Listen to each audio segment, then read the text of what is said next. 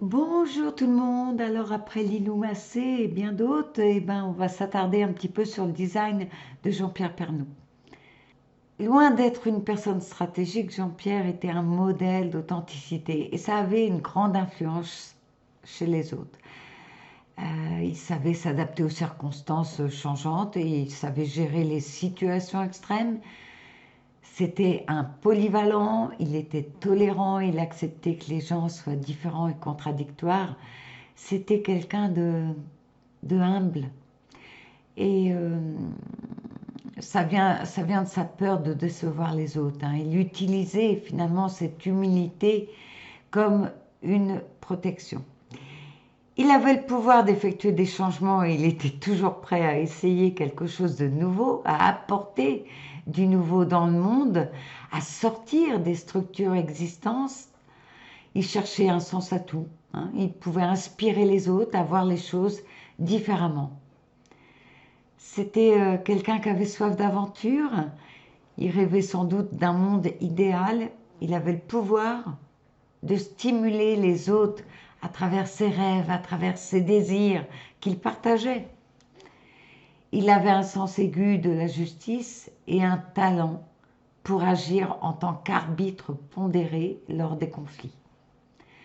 Et puis, il était très intuitif, hein. Il avait le don de reconnaître intuitivement euh, le sens profond de ce qui se passait autour de lui, et sa vigilance lui permettait d'identifier à temps les dangers potentiels. Il savait très bien s'adapter et réagir aux perturbations, aux événements, euh, aux chocs, hein. Il était perspicace et puis il avait une capacité à comprendre, à lire l'autre. Le fait que les autres lui fassent confiance ou pas, ça affectait ses émotions. D'ailleurs, il devait limiter ses relations à celles qui étaient mutuellement bénéfiques. Il ne perdait pas son temps à entretenir, si vous voulez, des relations qui pouvaient lui nuire ou des relations qui pouvaient le gêner. Il avait un très bon jugement et il prenait plaisir à trouver les défauts, à critiquer parce qu'il visait la perfection. Il était ouvert aux opinions des autres, il aimait discuter, présenter ses points de vue aux autres.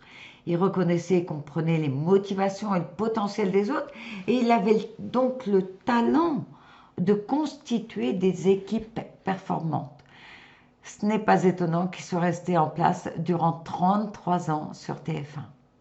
Il était capable de diriger les autres, même dans des situations difficiles. Il était doué pour le travail en réseau, pour organiser les autres. Il devait ressentir aussi une pression constante pour être productif. Et cette pression, elle pouvait l'aider dans sa créativité. C'était une personne très mentale, toujours en train de réfléchir à la recherche de nouvelles idées, de nouvelles réalisations. Il avait une grande capacité d'analyse, une capacité euh, à examiner tous les aspects et les résultats potentiels de toute situation. Il avait besoin de tout comprendre et de tout expliquer. Il était doué pour la recherche, il pouvait organiser l'information de manière à pouvoir la communiquer, à pouvoir la partager, ce qu'il a fait admirablement durant de longues années.